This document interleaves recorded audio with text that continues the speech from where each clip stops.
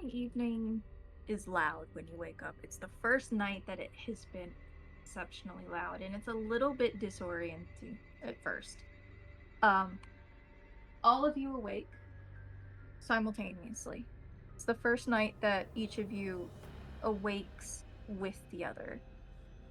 Sometimes one is a bit groggier than the rest, and you hear a crack of thunder almost directly above head.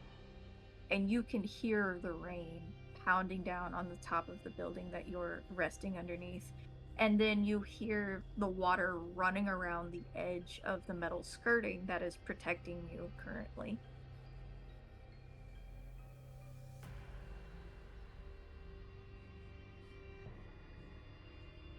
All Another right. crack of thunder abruptly breaks the silence.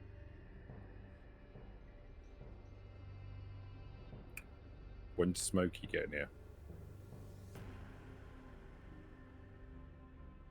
Jules will say, I think around 10. The character, I think he said around 10, Yeah, 10 p.m. earliest. earliest. What time is it now? You imagine probably around 9:30. Right. I'm going for Big Red. Okay. Someone come and give me a hand. Yeah, I will. During your conversation, I would like to point out that even though it is very succinct and brief, there have been at least two more peals of thunder, and it's not like the low, distant rumble. It is the directly overhead or within the immediate area of you. The moment that you go to peel aside the area that you usually get out from, it is awash. There is wind rattling most of the building sites in the distance, and you can hear some of the windows from the models closest to you actually shaking occasionally. Mostly with the thunder, but there is a significant force in the storm currently.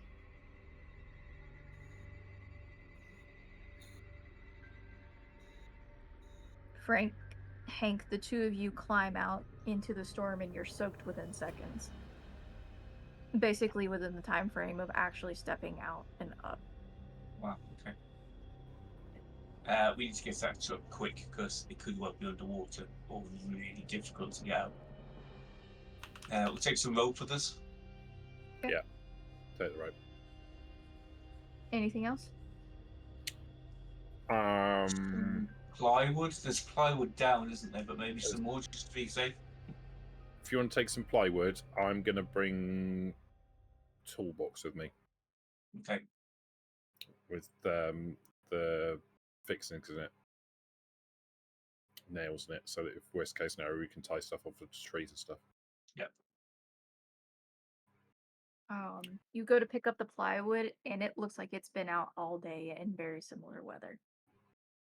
It has absorbed a considerable amount of rain and water. Can we grab some plastic sheeting as well? Wits awareness to try and find it currently. Because if it wasn't tucked inside of a building or somewhere safe from the wind, most of this has been blown about the site. 4. Oh no, 1. Oh no, 4 for me, 1 for Oh, Phil. no, for one, yeah. Unfortunately, Hank is not able to find any of the items that you're trying to find. You find some of them, but they're either torn or up in the lone tree that's in the parking lot, which is one of the pieces of plastic, and it looks like it's caught on branches. You think if you pull it, it'll probably tear. Okay. The plywood has been soaked through. Hank, you could try to get the plastic tarp down. It's gonna be difficult though.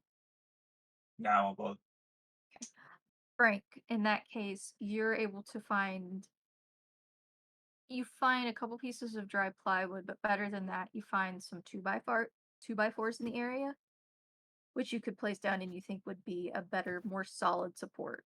Okay, You also find a single blue tarp. perfect. I'll fold that up. We'll take that down to the truck. You also had a toolbox in the truck, like behind the main seat in the cab. Mhm. So you don't have to worry about that one. Rope you had already found the night previously because you wanted to deal with Anne, so that was also in the truck. Mhm. The two of you make your way down the road, and I will say this: you look at crossing where the ditch is, and it is up to road level with water, and you know that that is usually your shoulder height, and you are not small men. There is a flood going through the area, essentially. So Big Red's underwater. Big Red is likely at least partially into water. You don't imagine fully underwater, you imagine maybe up to the base of the doors. Okay, so it's still potentially drivable. Yeah. All right. Give it a go. Jules, Dr. Isaacs, Peter. The three of you hear Frank and Hank making their plans as you slowly move your own flyboards away. What are your intentions? It sounds like the storm is only getting worse. Give Anne a poke. Do we need a rouse for the night? Yes, Oh, I yeah. do need a rouse from everyone, please. You instigator. Rouse check.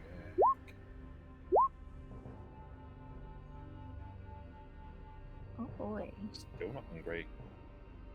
Motherfucker. Oh, I'm poor getting doctor. hungry. See, this is what happens. See, you guys all have 5-hour conversations. If you'd just eaten us straight away, you'd all be perfectly fine now.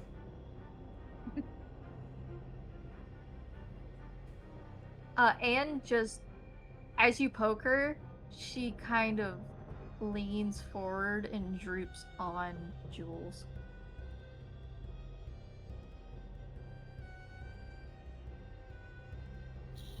Do you mind?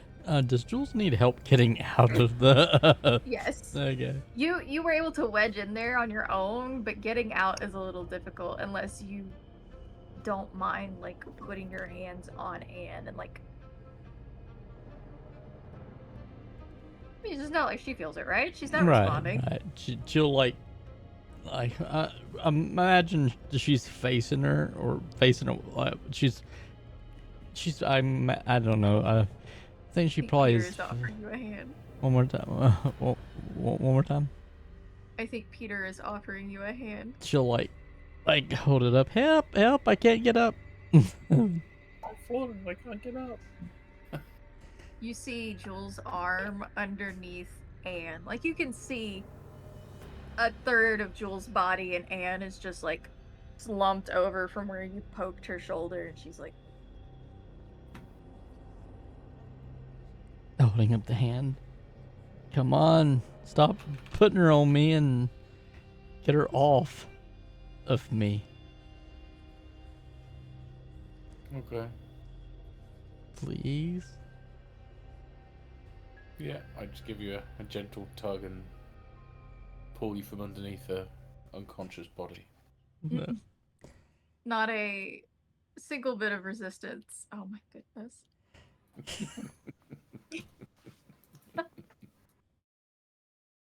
You are able to free Jules without a problem. Dr. Isaacs, what's going through your mind right now? I'm hungry again. But also, I'll just wait. I'm not going through any hassles. I'm gonna wrap the book in my jacket. And is Smokey meeting us here or like at this end of the property? Yeah, boss. He dropped us off here. I'm gonna make my way around and into the office then. Do you want the Oh. number? Oh, do you need the number? Oh. Is it like a keypad? Oh no, do you need the number, like the phone number, if you're gonna? No, like- I was just gonna wait inside where it's dry. Oh, okay. You're Here- you're currently dry where you are. I would like to point that out. But we can't see the outside from where we are. Sorry, Jules, you were saying something. I'll start dragging the body. That way, you know. Straight through the mud. Just a slow streak. A deep divot.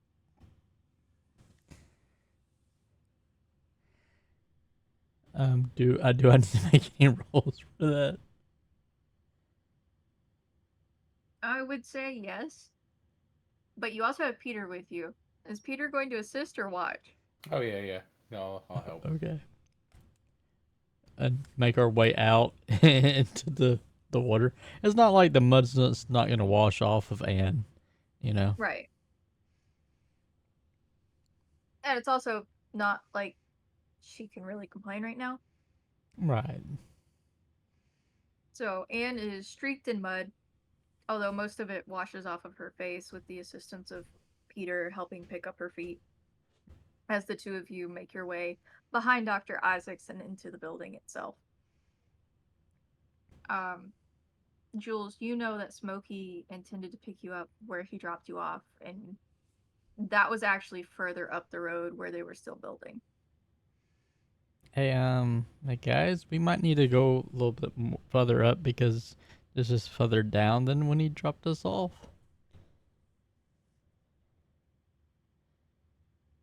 Okay. What time's you getting here? Around 10ish. 10 at earliest. Yeah, 10 at the earliest. I'll look for like a briefcase or like a suit, like a like a files bag or something that I could put the book in to keep it dry when we walk. Give me a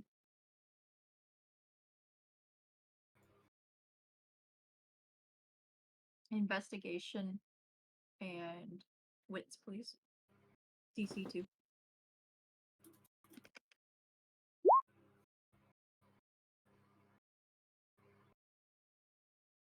Unfortunately, you toss the office and you don't really find anything you think would fit your needs. There are some garbage bags in some of the small waste baskets, but there's also been garbage inside of them, and you're not certain how waterproof they would be.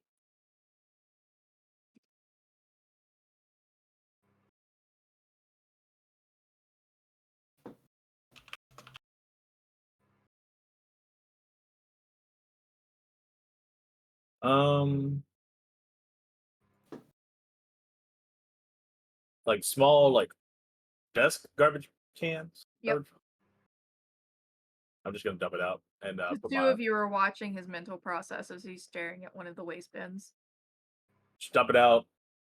Put my jacket with the book inside there. Hold it upside down. Waterproof top. Okay.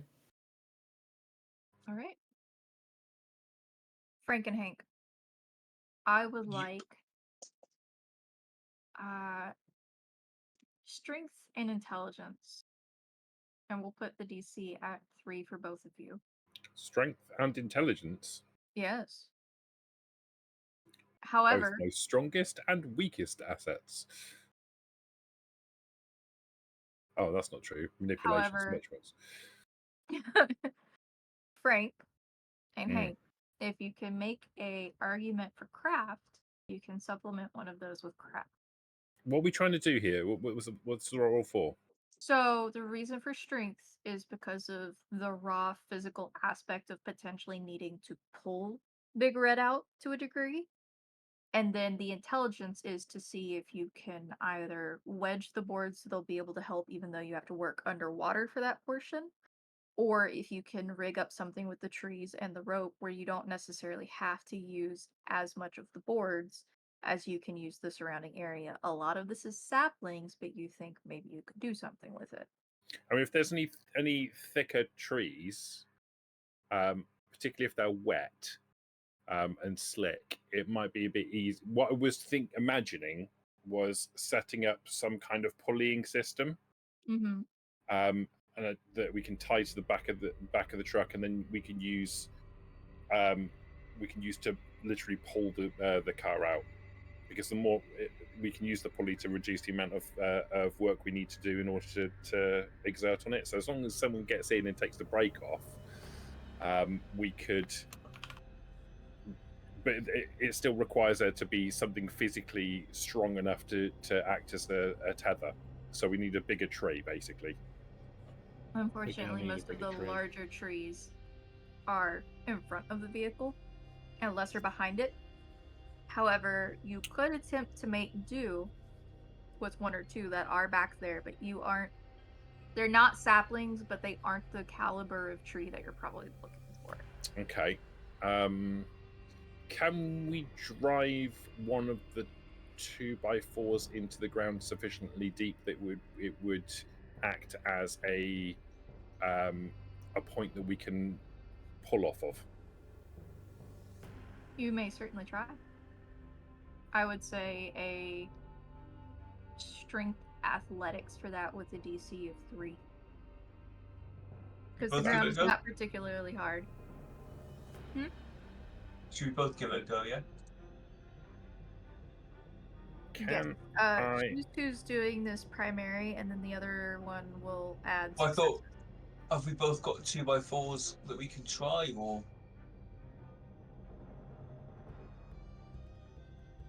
Yes. tell you what?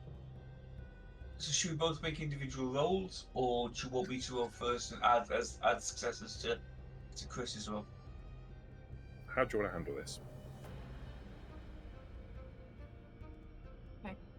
Do you want a single 2x4, or do you want to plant both 2x4s? I think we only really need one. Okay, let me roll them quickly. Difficulty 3. Don't forget, you can try to rouse. Can I make a suggestion, Phil? You might also, if you use potence. Yeah, it's a good show.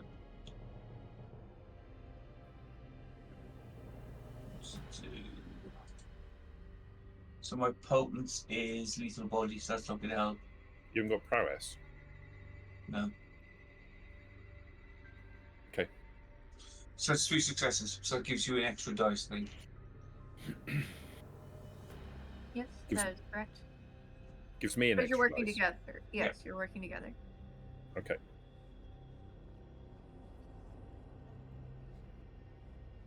Athletics, strength. I will use prowess as well. I will rouse in a second. And how many? And one extra die from Phil as well. Correct. All right. And your DC is going to be 3 still. Wow, I rolled 11 dice and I got 3 successes. You got exactly what you needed. And I also need to rouse Yes. for the thing. I am now hungrier! Yay. I got For to all hunger of those 2. I'm now listening- getting the murderous bitch. I was about Wanna to go and say, find for all of someone? those listening, that just means hangrier, not exactly hungrier for Frank. I've got to hunger 2. I'm now going to go and kill someone. Yeah, because you've experienced Hunger Zero now, that's why. Mhm. Working together, you're able to drive the 2x4 into the muck and water, and you feel that it is relatively stable enough that you could work with it and the 2 trees nearby and have a system of pulleys that, while may not make it all the way to the road, will definitely assist to make it easier for you to get into the truck and potentially either drive it out or push and drive out. Cool. For the pulley system, please give me an intelligence and craft. Do you want to do this one, Phil? No. Okay. You could attempt to assist. No. Okay. Because 1 dice is going to be 1 success. It's not going to help in any way, shape, or form. Well, I only got 1 success. How about if you crit on it, I'll count it towards. Right. Non-submit. Don't crit, but you do have a success. Together, the two of you set up a pulley system. However, this is taking much, much longer than anticipated. Yeah. The whole process takes you almost an hour. And that's not just getting the stake in, that's not just getting the pulley system set up. That's actually getting Big Red onto the road and serviceable. Mhm. And she does turn over. Of course she does. Of course she does. I never had any doubt in my mind. In the meantime, Dr. Isaacs, Peter, and Jules, the three of you and Anne's unconscious body, are in the office. Jules, you've reminded them that you were actually dropped off further down into the construction area where the houses weren't completed yet. Jules also has the body slumped in a chair.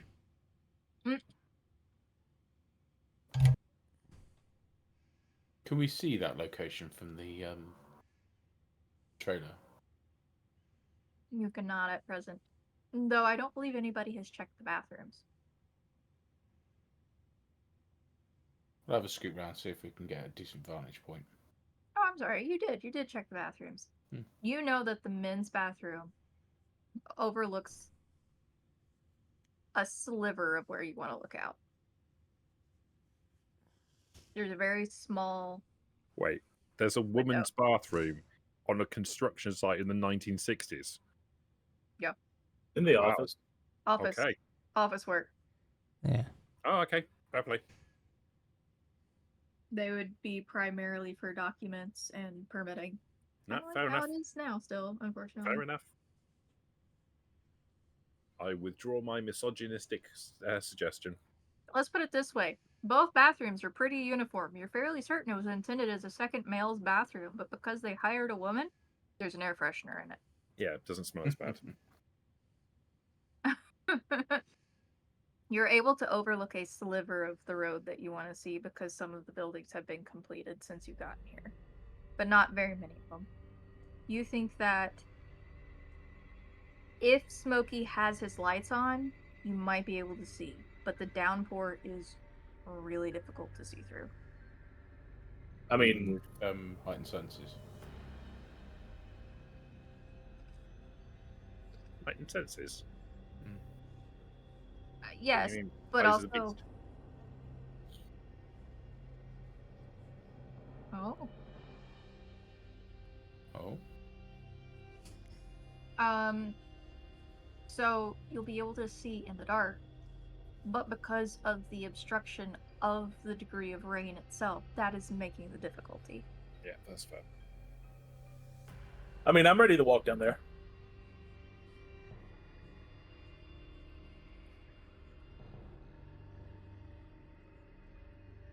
Okay. Seems like you're the only one. Sure, let me get her ready. I'm just gonna roll this this chair. I'm sure it's like the office chair with like the wheels on it. Yeah, it's a cheap little office chair with, like, it swivels and it has wheels. You did have to come up some steps to get in here. Oh well, never Hang on. mind. Hang on.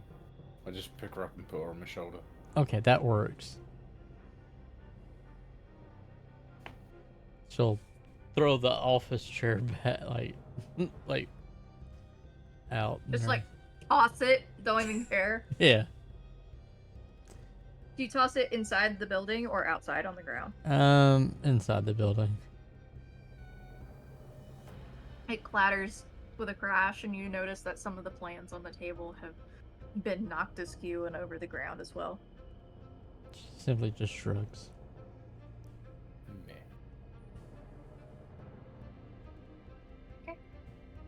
Do the three of you head out at this point? Sure. Are you going to be able to see where the other two are coming from? Yes and no. You can see about 30 to 40 feet away from you, and then that's when it starts to get difficult. You think if they too have the headlights on, you'll be able to tell further out. But we can see in the direction they're coming from. Yes, yes. Okay. But as you go, especially the further out you get from the protection of the homes, the stronger the wind becomes. But you also have a better visual on either side. Hank and Frank, you've gotten Big Red up on the road. She's running. Let's drive her back up. Yep.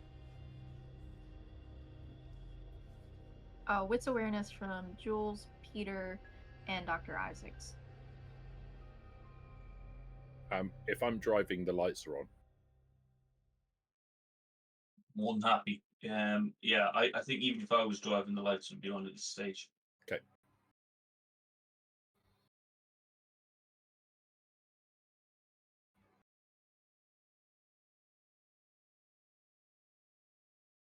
Peter and Jules, the two of you notice lights starting to come up the road from where you anticipated Hank and Frank from, as you've managed to reach the spot you think is where Smokey dropped you out. You had a hard time orientating yourself that first night, especially due to the lack of vision in the dark for some of you. The homes here are providing slight wind buffering for you.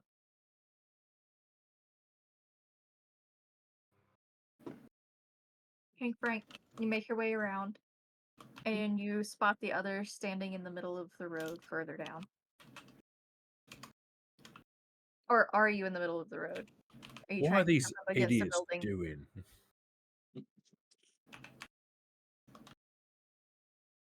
We'll pull up alongside them. So there's me and Frank in the cab. I guess we've got room for one more in the cab. Why don't you put the package in?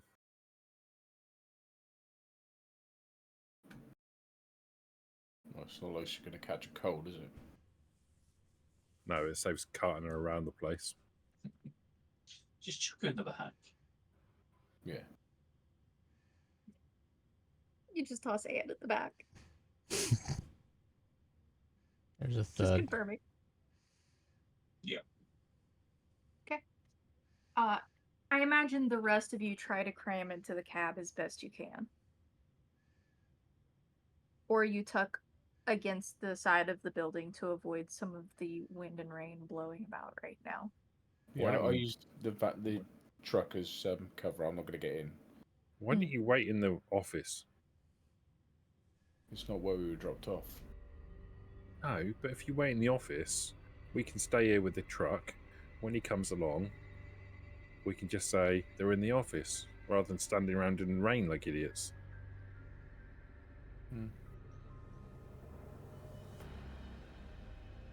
A little bit of water never hurt.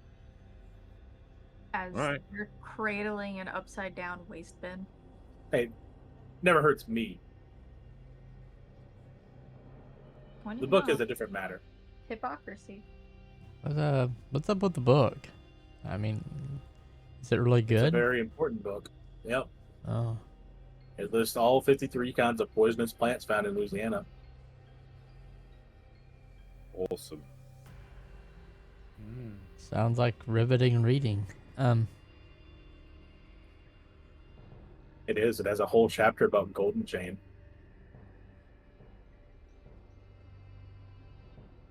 No idea what that is. Is that a sex thing? And no. Damn. What? A sex thing? What kind of? That sounds like some California stuff. I don't know. Those of Degenerate. you with eyes of the beast catch light in the distance. It flickers in and out of view as bands of rain roll through. Sound right.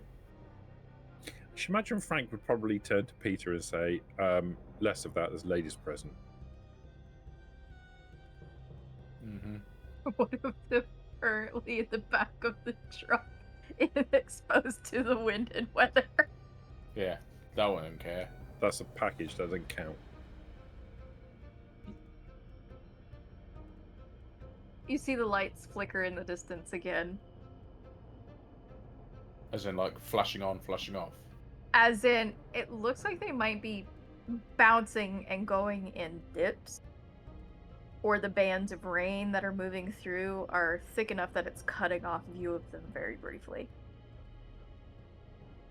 And they Okay, are right. directly in front of you at this point. As in, they are headed in your direction. Okay. Well, we flash the headlights so they can see. We presume it's smoky, aren't we? Yeah. And if it's not, we'll just eat whoever it is. Yeah. In very catch-a-ride scooter fashion, you see the meat wagon bouncing into view at the end of the pavement as it comes up from one of the deeper dips that has washed out with the recent torrential rains and bounces 2-3 times before settling into an even pace and pulling up abruptly side facing your vehicle. You can hear the radio cut off as it had been quite loud, and the door opens and Smokey quickly runs around to the back to unlock it and throw up the back entrance for you. Okay, I will grab. Are you three, Jules, Doc, and Pete? Are you in the office? Or are you No. out waiting with us? We're out waiting. Right, okay. So we'll grab and chuck her in the back. Dive in the back. Frank, are you following in your car that you've gone strangely attached to? Yeah, but I need to make a stop first. I'll be at the office. I'll wait for you I'll wait for you outside the office. Smokey's like raising his hands, like, excuse me? And then he's like We're going now. motioning the rest of you So into the Jules- back of the van. once they're getting into the van, Frank will drive off down the road towards the office. Okay, the moment the last of you packs into the back of the meat wagon, it slams shut and you hear the lock on it. And then there's shaking as you hear the driver's side door open and shut quickly again. And he opens the slats that you usually talk through. You feel the vehicle peel around, go up partially onto two wheels as it moves a little too quickly with its current weight load, and then fall back, bounce a few times, and as it settles, he takes off, falling closely behind Frank. And you just hear him say, "Do you know what the hell he's doing?" No idea. No clue. Nope. Nope. Frank, Smokey is on your tail. Okay. I will. I'm driving actually I'm driving at 5 miles an hour under the speed limit. I will stop off at the office. I will jump out of the cab and run into the office with the tarp under my arm. I'm going to grab that nice chair. I'm going to wrap it in tarp. I'm going to run out, chuck it in the back of the truck, and then jump back in the driver's seat again. All right, he honks at you and rolls down the window to yell out, "Follow the road." That's not fitting back the way I came. Follow the road. All right. And he drops out of view as you pull up to town. So there's enough space between your vehicles you cannot see one another. And then as you make it to town, I imagine you slow down to see where he's headed. And he pulls past you and heads off on a side street. Okay. And the moment he realizes that you're following him, you take a rather convoluted path through the streets of Laplace and make it out onto the main interstate before crossing it and going onto a very relatively dangerous at this point barren gravel path, which is mostly mud and clay. I need a drive check. And we'll say dexterity drive with a difficulty of 2.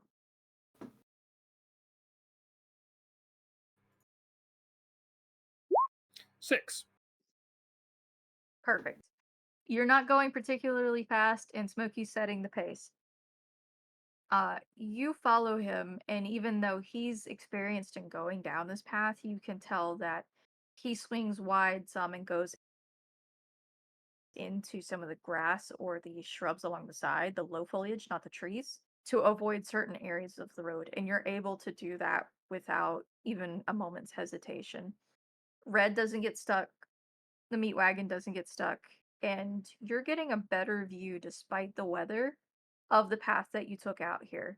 It winds on for about 5 to 10 minutes. Smokey is silent in concentration. Does anybody try to speak to him? No. Nope. Just kind of try not to fall over. Mm-hmm. Bracing for impact. Yes. There are many of those. As you pull up and he does the almost semicircle turn, you notice that the old church with its paint peeling, the cross at the top has actually broken off in this most recent storm. And there's just a jagged point left. The gardener is actually standing outside to the side of the church as though it is a calm evening. Their hands are crossed in front of them, and they are waiting patiently. Smokey wastes no time, however. He hops out. The moment that you pull up, he doesn't even cut the engine. He hops out, runs to the back, unlocks it, flings it up, and starts helping each of you get out of the back. Maybe we should try taking the stake out now. Nah, not yet. Let's get out of the rain, yeah? I picked Anne up just under my arm, just carrying it like a roller carpet. Mm-hmm. I'll be doing something similar, but with a chair wrapped up in a tarp. And I'll grab the rope and the toolbox and all the other bits and pieces as well. You just toss him into like the seat of the chair area, and then you pick up the chair. Yeah. Yeah. Whole bunch of tools and that sort of stuff. You could probably put most of that in the area outside the shed or the shed itself, and you think it would be safe. The chair you probably want to take in though. Yeah. I'll go and drop everything off in the shed, and I'll come back with the chair. The gardener inclines their head to your group and then holds out their arms towards Anne. Yeah, we found her. Good job. And welcome back. I extend my hospitality to you. And they raise their head, directing it towards Smokey. And you've done well this evening. And you just hear him call over your shoulders as the last of you gets out, and he's closing everything up in rapid pace. I gotta get back. You're welcome. Yeah, you know how to contact me. Thanks. Sorry, night. And Night. he quickly rushes off. Jules. As he helps you out of the back before he's leaving, you feel a pack of cigarettes in your hand. Closed. Oh, nice. So definitely keep those nice and dry. Noticing that you're not handing Anne over, they will simply turn and lead you back towards the shed, opening the door and the trap door for your group. Yeah, heading that way. Okay. Once you're in the main entry area, the main dome, there is light enough in here that most of you can see. Low torches have been placed along the walls and are turned on in expectation of your arrival.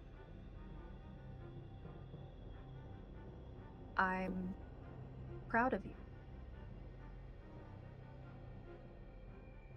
You've not only made it back within the time frame that you were given, but all of you are present.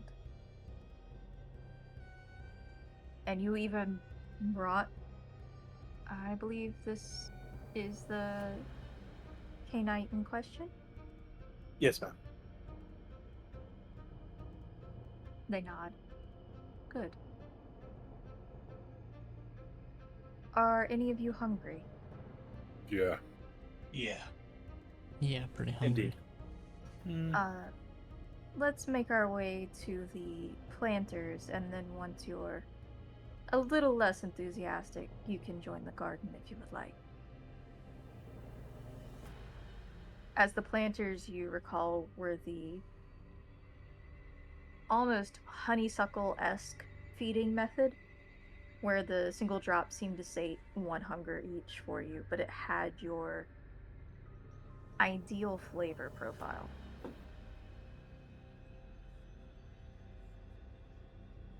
Yeah, I'll have a couple of them. Yes, same. that works. Right. You can sate down to one hunger with those if you would like, and they do not tell you to hold back. Hunger one. And then, yeah. Mm-hmm. Oh, Jules, it's heavenly for you. The only thing that's been better than that was Anne's blood. Well, the fight day. I don't know if Jules will mention that to the gardener just yet. Fine. But, she's not going to blurt it out to them. Frank only needs 1 point of hunger. Mm-hmm. So while the rest of them are sating the rest of their hunger, he will turn to the gardener, put the chair down, and he'll take the tarp off. They pause for a moment, incline their head in recognition, and then actually take a moment to inspect the chair itself after the trouble you've gone through. And you can tell that they are ascertaining not necessarily its value, but its quality. And as they finish their second turn around the chair, they pat the back of it and give you another approving nod. This will go nicely in the study. I'll take it, yeah. They nod. I've also brought some tools back for the workshop. Your gifts are appreciated.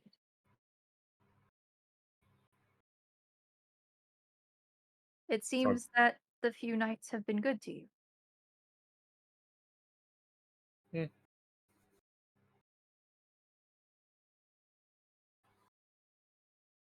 What have we learned? Let's not talk too much.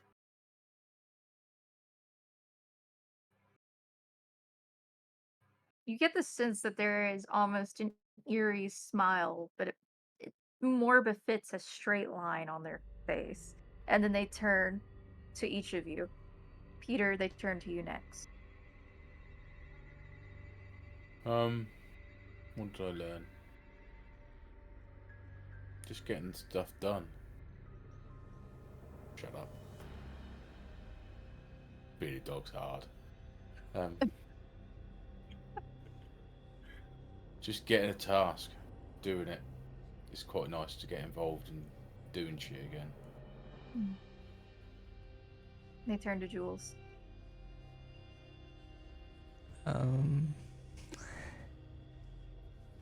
That feeding is pretty fun.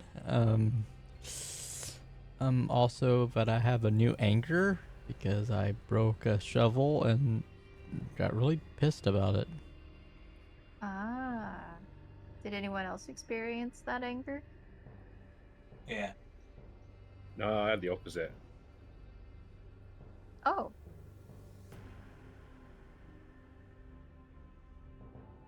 Turns out eating people is great, and it makes you really chill. I understand. And also we learned that he has a wonderful singing voice.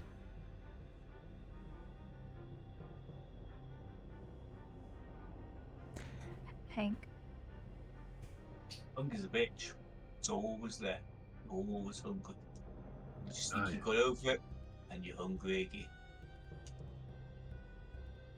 It's all consuming. Oh, Yes. forgive me. There's another thing that I learned too. What is that? Feeding from another Canite is really good. They pause for a moment. When did that happen? Oh, In in the car. yeah, in the truck. While y'all were doing stuff. I see. Did you learn anything else from that experience? Is that why you were braiding each other's hair and having lovely conversations? She'll make a face at Frank and well, afterward I did think that she was pretty cool, but she was really scared of me, which was really interesting, but she didn't want me to bite her, so she gave me her blood. Interesting. I really wanted to bite her, Mr. Gardner.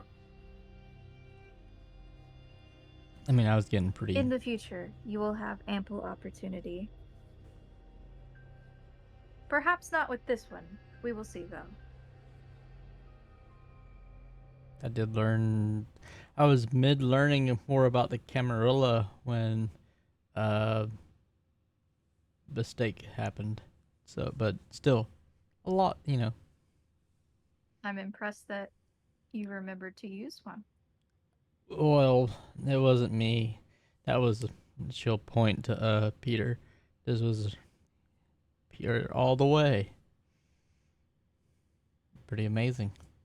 Toto. Oh yeah, and then also learning about some of us can become animals.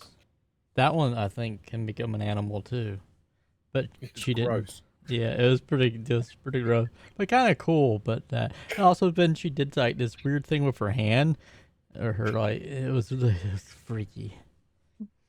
Jules, internally, you should have seen the cuticles. Yeah, the cuticles was horrible. Just gross. I see. But that's all.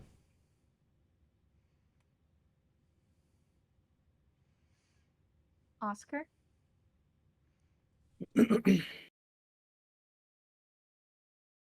It's hard for some to hold back.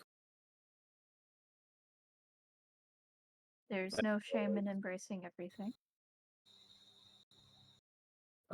Mental prowess is very useful.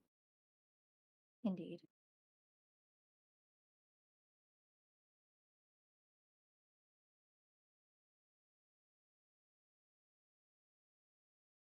Huh? Very well.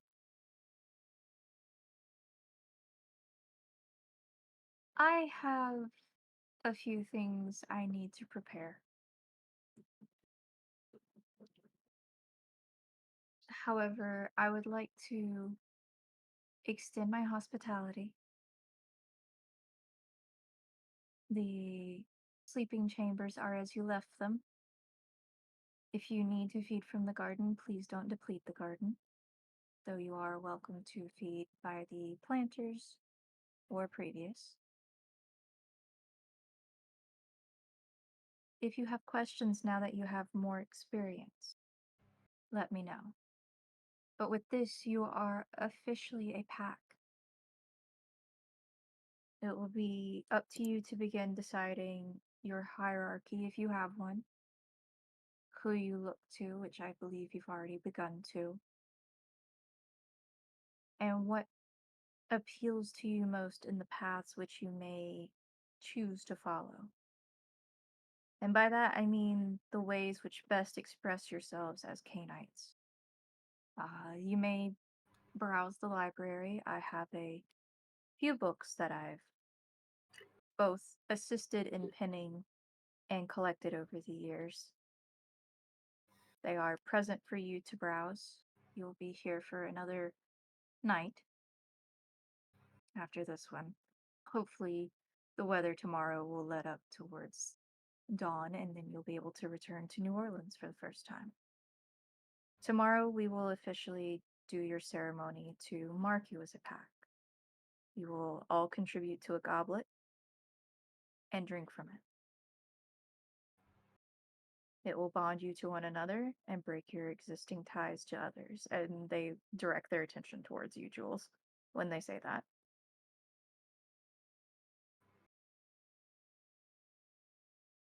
Jules will get a little shifty-eyed. Wait, so I'm bonded? It's to the beginning of one. You would have to repetitiously take in the blood of the same Cainite over a series of evenings at a steady quantity.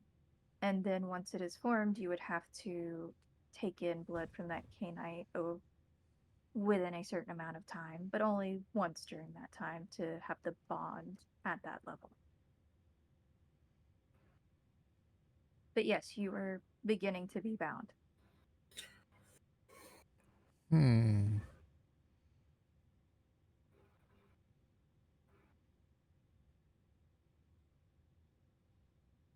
When I send you back to New Orleans, most of you have something you will likely return to do. I will not send you with a directive. I will send you with an open invitation. Infiltrate the Camarilla. You have brought me one of theirs. Now I want you to act as agents of ours and find out more information about our enemy. And if you can make a few of them see our way or disappear if they can't, all the better.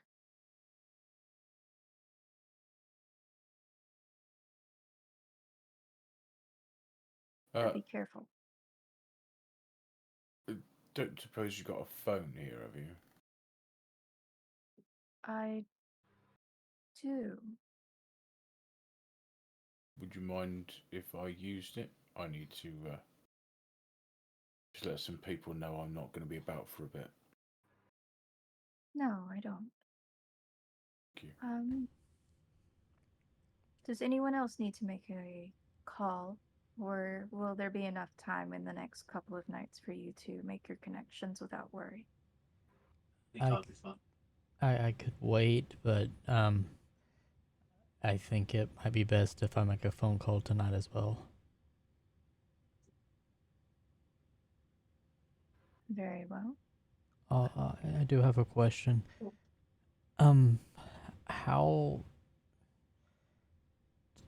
do we go about infiltrating the Camarilla if they act the way that they act? Yeah, I'm not going to be good at that. Not all of them keep up their facade. And let's put it this way. The person in power in New Orleans is breaking a few social taboos of theirs. They want to make Cainites and Pine live together openly. I believe that you were made aware of several missing people's cases. She directs their attention to you, Peter. Yeah. Some of that was our doing, but the majority of that is the influx in Cainite population within New Orleans. The police are inundated with missing persons and missing bodies.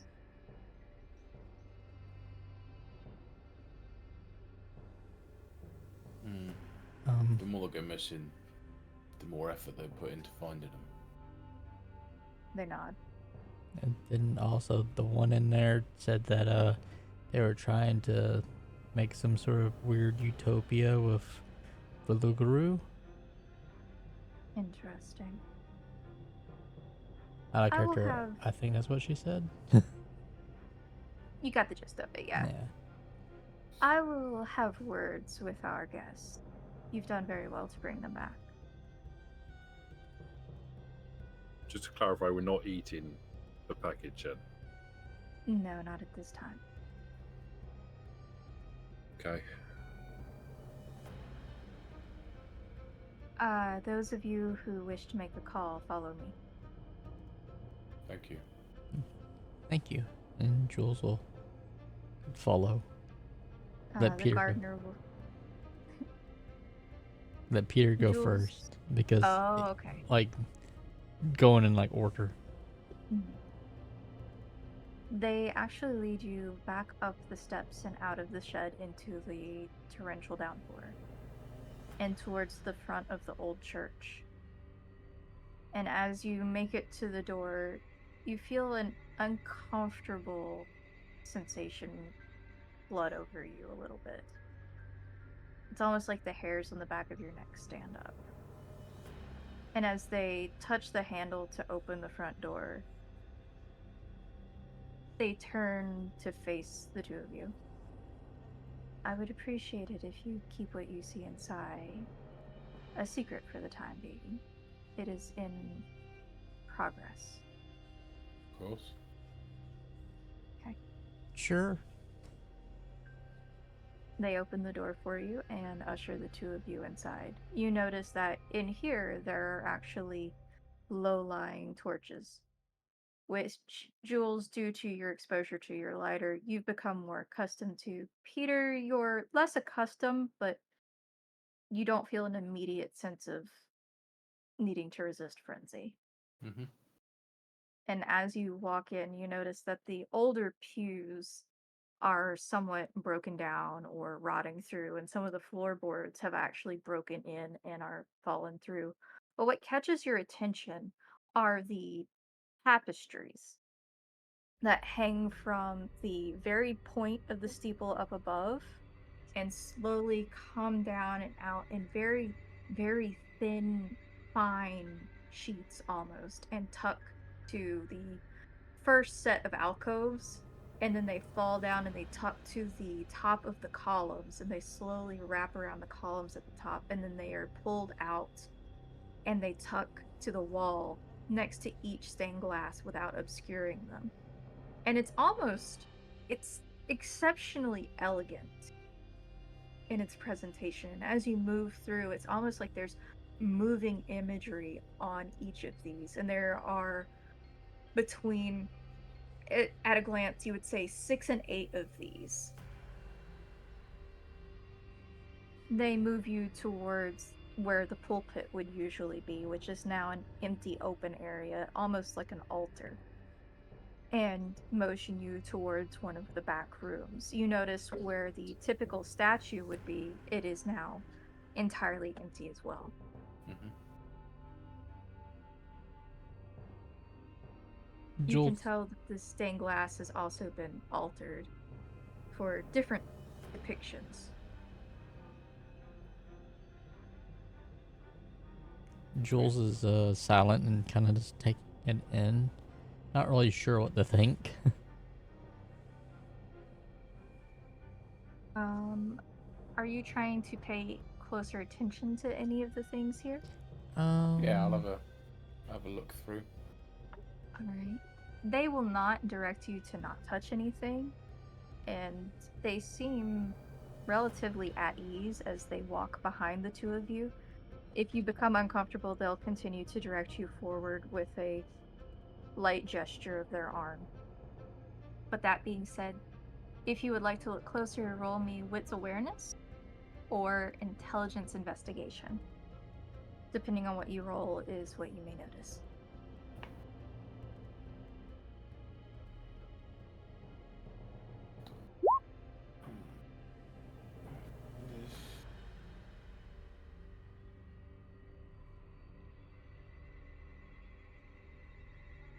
On a 2? We'll do a 3. 2 will be a degree of success, 3 will give you more information. Okay. A 1 out of 3. Would you like to re-roll that? Um, You do get 1 willpower back each rest. Not each session, but each rest. okay. And I can do 1 or 3. 3? Oh, the max, okay. And difficulty 3, you said? We're just seeing if you get successes. You can put it at 1. Oh, at 1, difficulty 1, okay. 2. Alright, so each of you gets 3. Peter, you picked intelligence and investigation. Yours. as you make your way through, you notice that before what you believe to be moving, intricate scenery on this draped tapestry, which is almost paper thin, you can see the lights through it nearly, is actually blood vessels currently active and pumping. Like you notice the blood running through it all the way down through the tapestry. It's an active circulatory system, it seems. Okay. In addition to that, as you move through, despite the building's deterioration, you notice that it is definitely sound and that the pillars themselves do not hold any of the paint chip that most of the other areas of the same color do. In fact, they look almost like they've been painted recently. Mm-hmm. Taking a little bit of a closer look, and even if you reach out to touch it, you are met with a sudden shock. The pillars themselves are not wooden. They're they have almost a porous sensation. They feel like bone. Okay. It looks like they are currently in the midst of maybe renovation, is your best guess. The area which used to be a pulpit is filled with an altar built of the same white material as the pillars, is your best guess. And it has begun to be carved. You can see faint traces or etchings on the side of it that are becoming a relief. Okay. The scene you're not familiar with, but it does strike you as a canine depiction. Um, Both of you notice the difference in stained glass, especially as lightning happens outside a few times. Jules, what you're made readily aware of is you don't catch the tapestry difference. You notice that it's intricate and it looks like it's moving, but your attention is drawn more towards the windows because of your wits awareness choice. You notice the item which stands out more readily, whereas Peter has a fine trained eye as a detective. As you pass the stained glass windows and they are lit from the outside due to the storm, you notice that it's not your typical depiction of Jesus or the cross or his story. It looks as though the windows have been recently redone with stained glass. And it is, from what you recognize of the gardener sharing with you, the story of Cain and his beginning.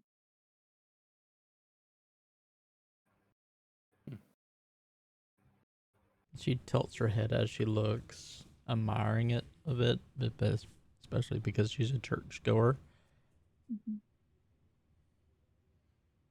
And she'll kind of like be a little transfixed with it for a little bit. So she probably the gardener might have to usher her along to go for it more because she's captivated by that. Oh, she is permitted to stay and watch. The gardener will not push you along, especially if you are admiring. They will simply direct your attention to the opposite side of the hall as well and mention the firstborn from Cain. And you notice different depictions on each piece of stained glass.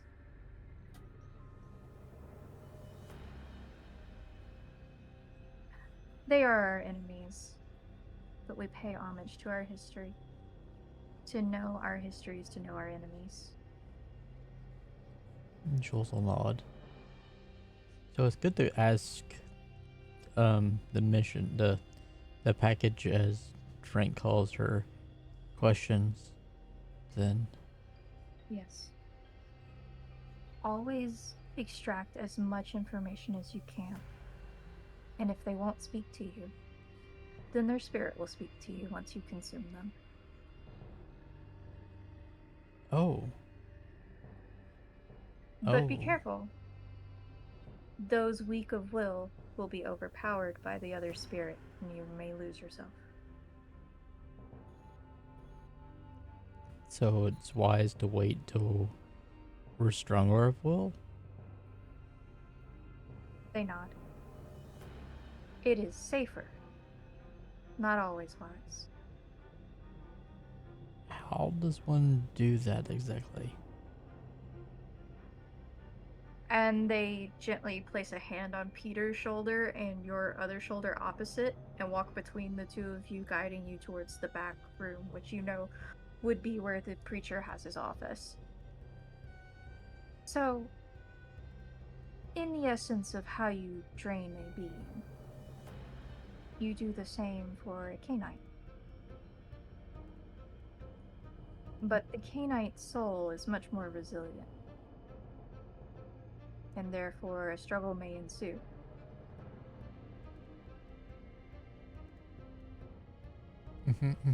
Jules will nod as she walks.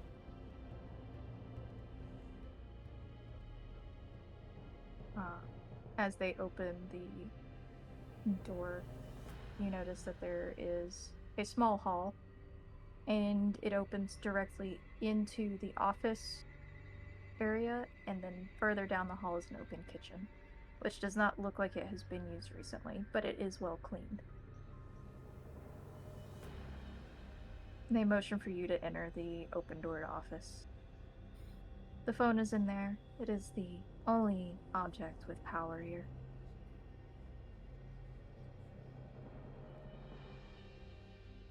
Okay. Okay. I'll give you. I'll wait out here and give you some privacy for your phone call. Yeah, I won't be long. Okay. With that, we will wrap up for the evening.